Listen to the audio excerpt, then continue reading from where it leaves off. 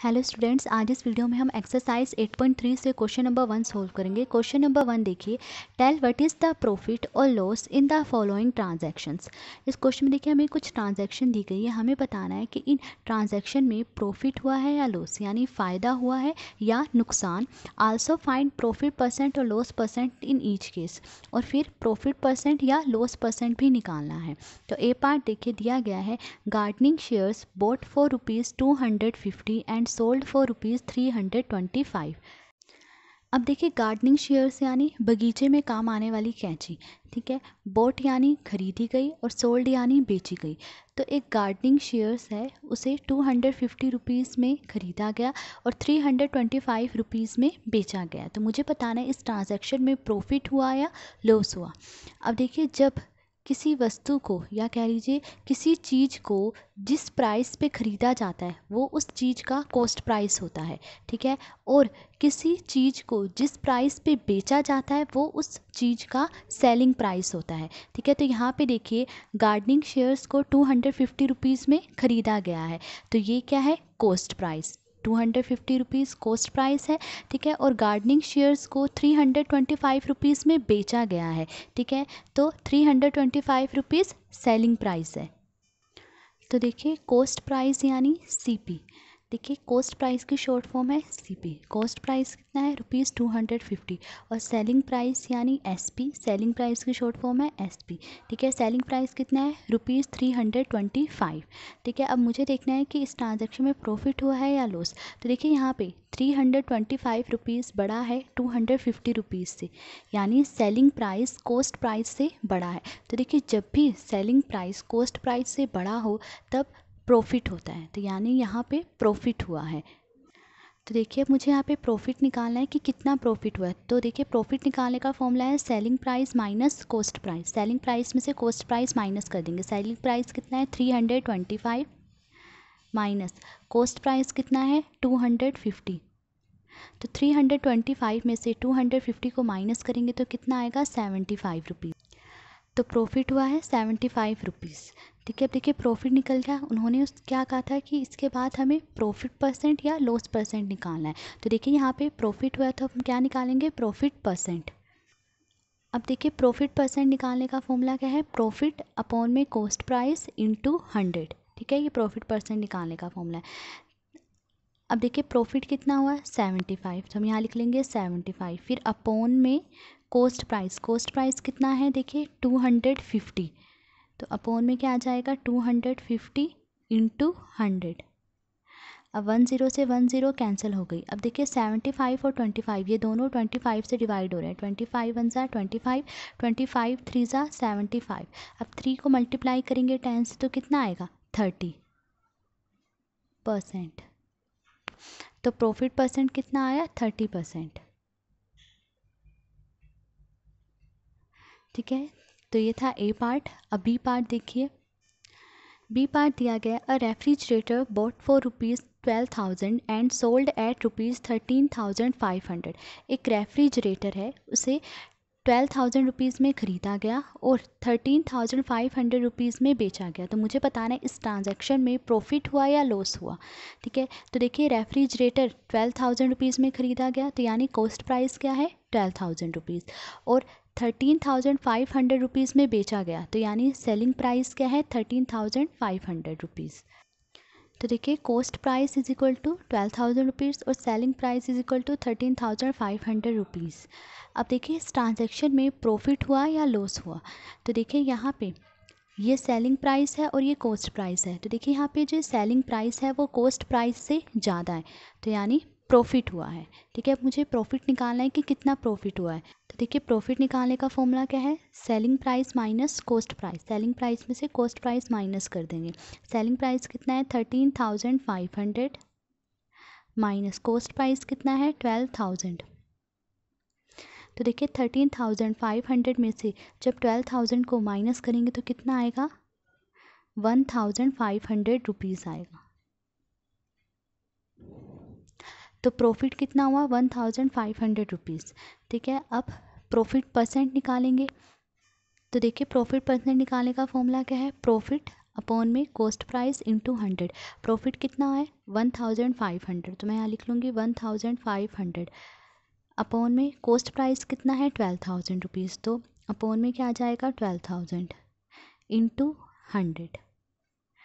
ठीक है, अब देखिए 2 जीरो से 2 जीरोस कैंसिल हो गई, 1 जीरो से 1 जीरो कैंसिल हो गई। ठीक है, अब 150 और 12 ये दोनों देखिए 3 से डिवाइड हो रहे हैं, 3 4 ज़ा 12, इसे 3 से डिवाइड करेंगे तो क्या आएगा 3 5 ज़ा 15 और 0। अब 50 और 4 ये दोनों 2 से डिवाइड हो रहे हैं, 2 2 ज़ा 4, 50 को 2 से डिवाइड करेंगे तो क्या आएगा 25 आएगा। ठीक है, तो 25 को 1 से मल्टीप्लाई करेंगे तो क्या आएगा 25 और अपॉन में 2।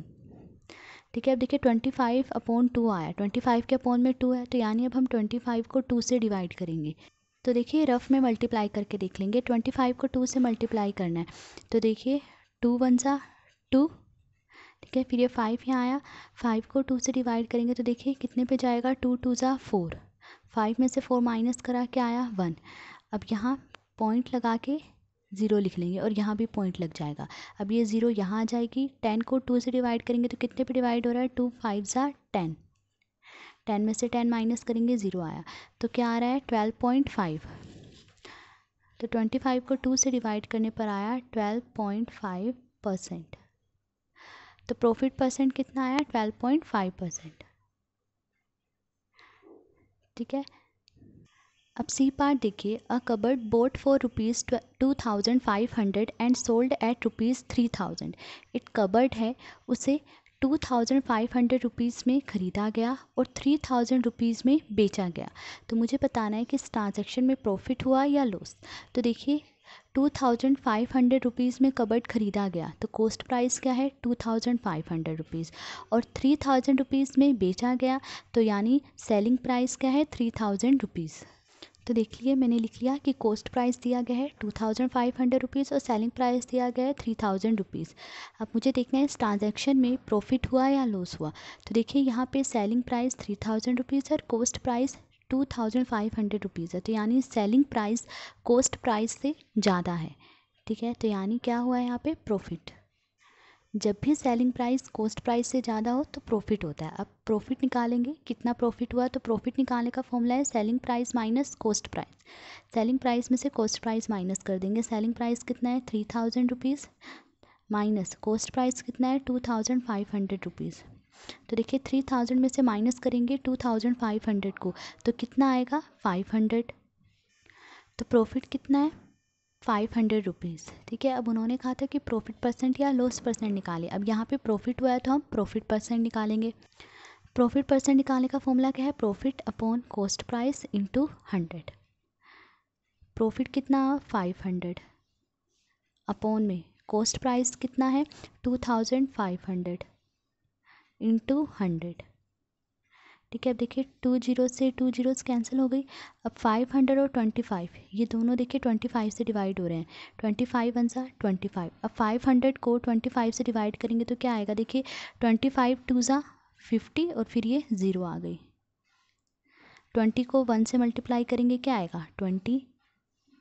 तो प्रॉफिट परसेंट कितना आया 20%। अब डी पार्ट देखिए, a skirt bought for ₹250 and sold at ₹150। एक स्कर्ट है, उसे 250 रुपीज़ में ख़रीदा गया और 150 रुपीज़ में बेचा गया। तो मुझे बताना इस ट्रांजैक्शन में प्रॉफिट हुआ या लॉस हुआ। ठीक है, तो देखिए जो स्कर्ट है उसे 250 रुपीज़ में ख़रीदा गया तो यानी कॉस्ट प्राइस कितना हो गया 250 रुपीज़ और 150 रुपीज़ में बेचा गया तो यानी सेलिंग प्राइस 150 रुपीज़ है।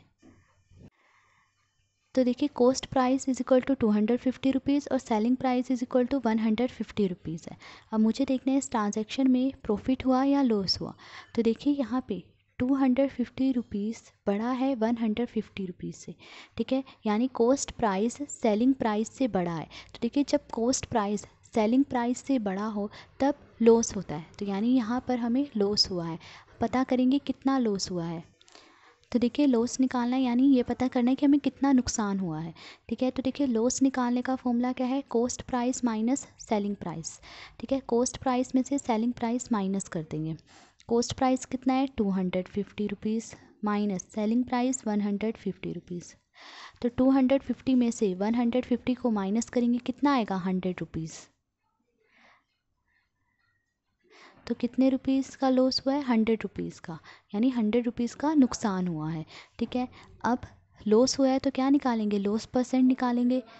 अब लॉस परसेंट निकालने का फॉर्मूला क्या है, लॉस अपॉन में कॉस्ट प्राइस इंटू 100।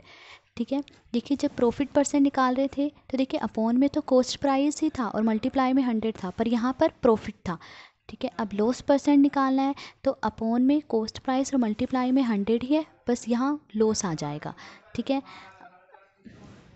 तब देखिए लॉस कितना है 100 रुपीज़, तो मैं 100 लिख लूँगी। अपॉन में कॉस्ट प्राइस कितना दिया है 250, तो अपॉन में 250 आ गया और इंटू 100।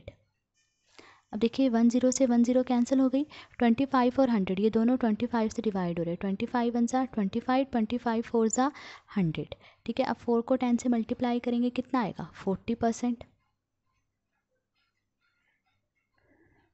तो लॉस परसेंट कितना आया 40%।